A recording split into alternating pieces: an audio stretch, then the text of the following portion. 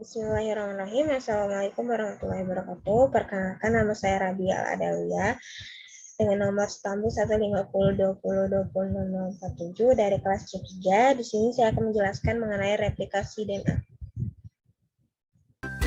DNA adalah singkatan dari deoksiribonukleoid acid. DNA merupakan rantai molekul yang berisi materi genetik yang khas pada setiap orang. DNA merupakan materi genetik yang diturunkan. Molekul DNA tersimpan di dalam nukleus dan sebagian besar bisa ditemukan di dalam mitokondria. DNA pada inti sel disebut DNA inti, sedangkan DNA pada mitokondria disebut dengan mtDNA. DNA inti merupakan perpaduan dari DNA ayah dan DNA ibu, sedangkan mtDNA hanya diwariskan dari ibu saja. DNA inti berperan dalam ekspresi dan pewarisan sifat, sedangkan mtDNA berfungsi untuk metabolisme sel. Metabolisme sel sendiri merupakan proses untuk menghasilkan energi yang dibutuhkan oleh tubuh.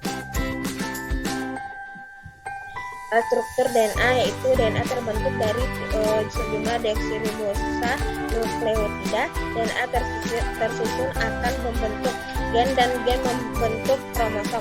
Pada manusia terdapat 23 pasang kromosom atau 46 kromosom. Pasangan kromosom ini sebanyak 22 pasang akan terlihat sama pada pria dan wanita. Kromosom ini disebut dengan autosom. Hanya satu kromosom yang berbeda di antara pria dan wanita yang disebut dengan kromosom seks. Pada wanita kromosomnya adalah XX, sedangkan pada pria kromosomnya adalah XY. DNA tersusun atas dua zat basa purin yaitu adenin dan guanin, serta dua zat basa primidim yaitu sitosin dan timin. Masing-masing purin akan berikatan dengan satu primidim, sehingga formasi DNA akan memasang adenin dengan timin, sedangkan sitosin dengan guanin.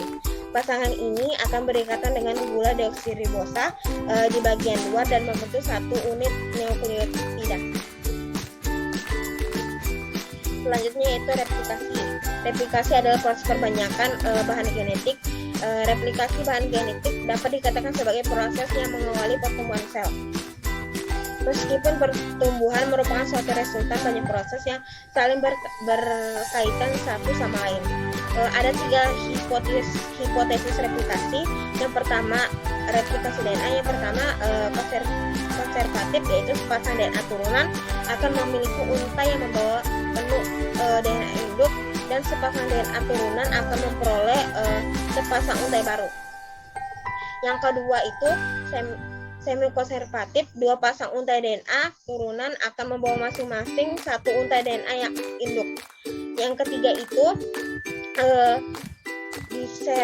dispersif, setiap unta DNA turunan memiliki fragmen-fragmen pendek dari unta DNA induk.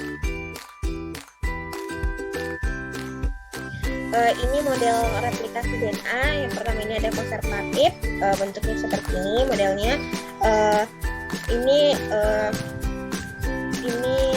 setelah ini generasi pertama, ini generasi yang kedua, terus ini semi konservatif, ini generasi pertamanya, ini generasi keduanya, ini dispersif, ini generasi pertamanya, ini generasi keduanya. Selanjutnya itu mekanisme replikasi DNA. Setiap molekul DNA yang melakukan replikasi sebagai suatu satuan tunggal dinamakan replikon.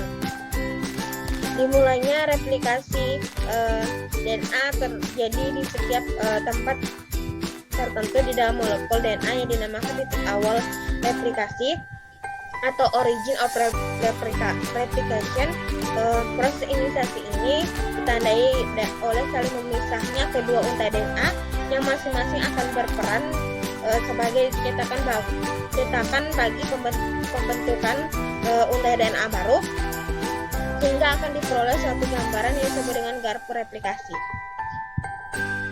Biasanya inisiasi replikasi DNA baik pada prokariot maupun eukariot terjadi dua arah, yaitu bidik reaksional.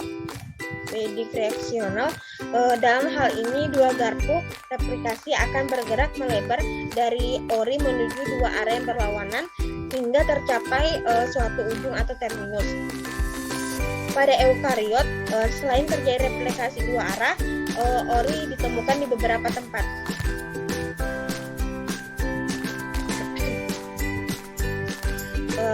Selanjutnya itu replikasi pada kedua untai DNA. Proses replikasi DNA yang kita bicarakan di atas sebenarnya barulah proses yang terjadi di salah satu untai DNA.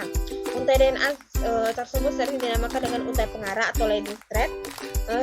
Sintesis DNA baru pada untai pengarah ini berlangsung secara kontinu dari ujung 5 ke ujung 3 atau bergerak di sepanjang untai pengarah dari ujung 3 ke ujung 5.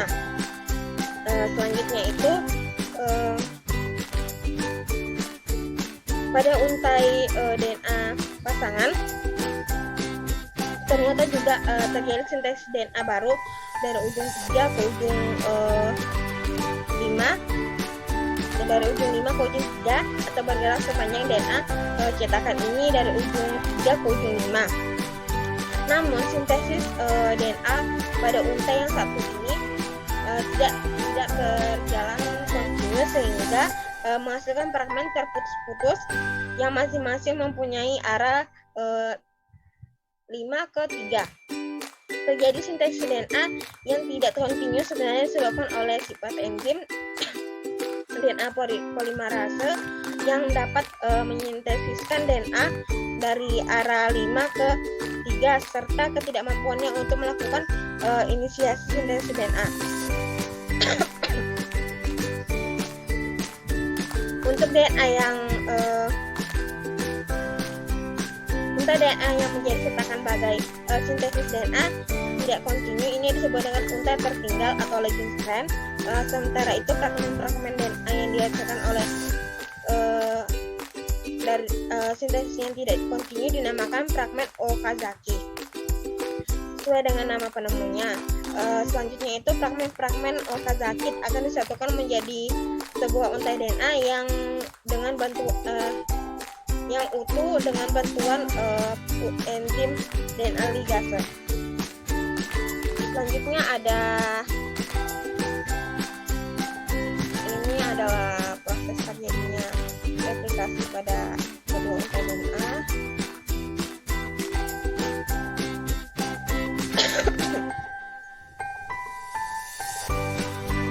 Selanjutnya itu replikasi DNA prokariot.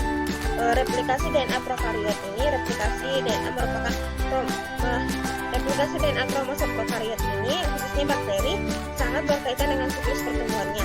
Daerah ori pada E. coli misalnya berisi 4 buah atau tempat pengikatan protein inisiator DNA A dan masing-masing panjang 9 Pb.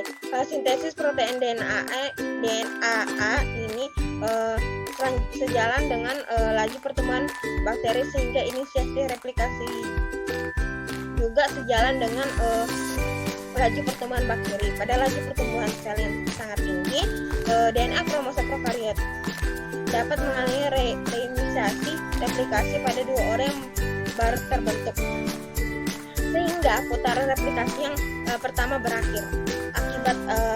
Sel-sel hasil pembelahan akibatnya sel-sel hasil pembelahan akan mengalami akan menerima kromosom yang sebagian telah bereplikasi. Protein DNA membentuk struktur kompleks yang terdiri dari 30 hingga 42 molekul yang masing-masing akan terikat pada molekul ATP. Daerah ori akan mengelilingi kompleks DNA A dan ATP tersebut.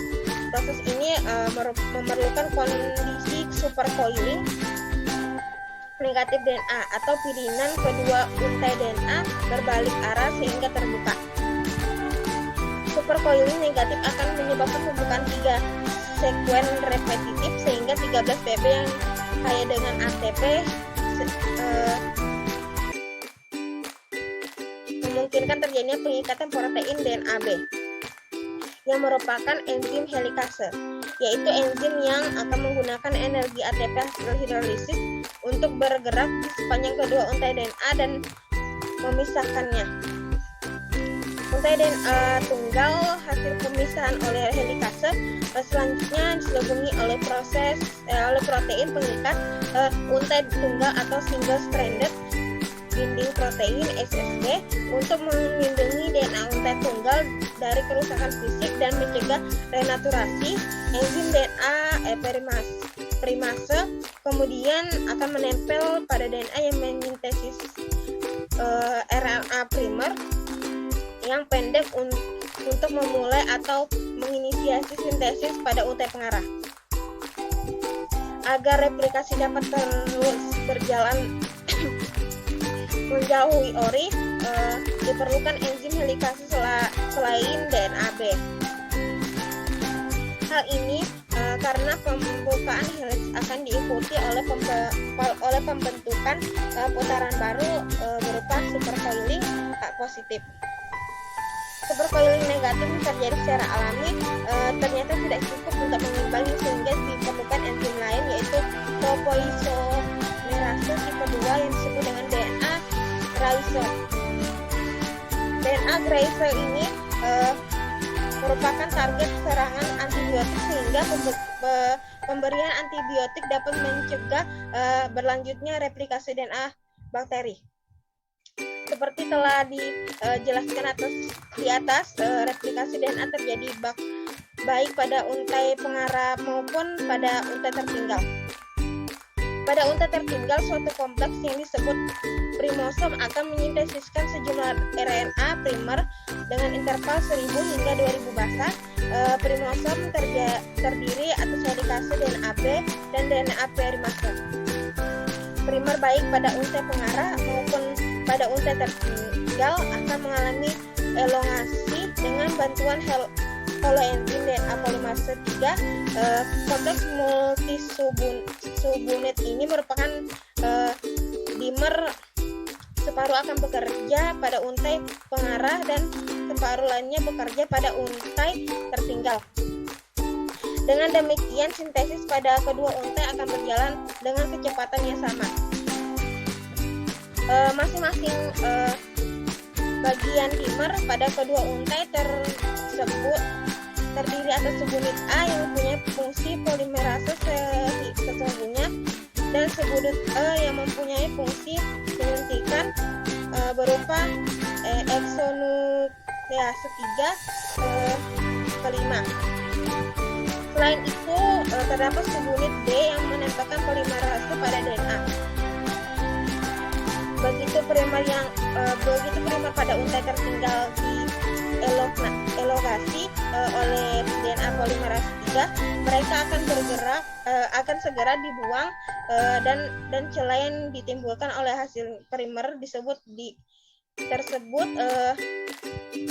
diisi oleh DNA polimerase 1 yang mempunyai polimerase 5 ke 3, exonuklease 5 ke 3 dan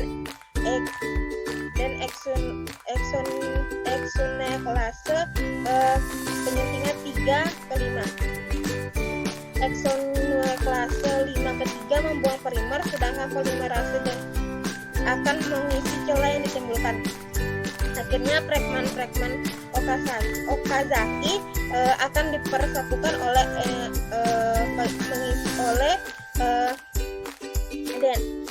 enzim DNA ligase. Secara in vivo, dimer holoenzim DNA polimerase 3 dan primosom diyakini membentuk kompleks berukuran besar yang disebut dengan replisom. Dengan adanya replisom, sintesis DNA akan berlangsung dengan kecepatan 900 fb tiap detik. Selanjutnya, kedua garpu replikasi akan berbentuk kira-kira pada posisi 180 derajat Celcius dari ori.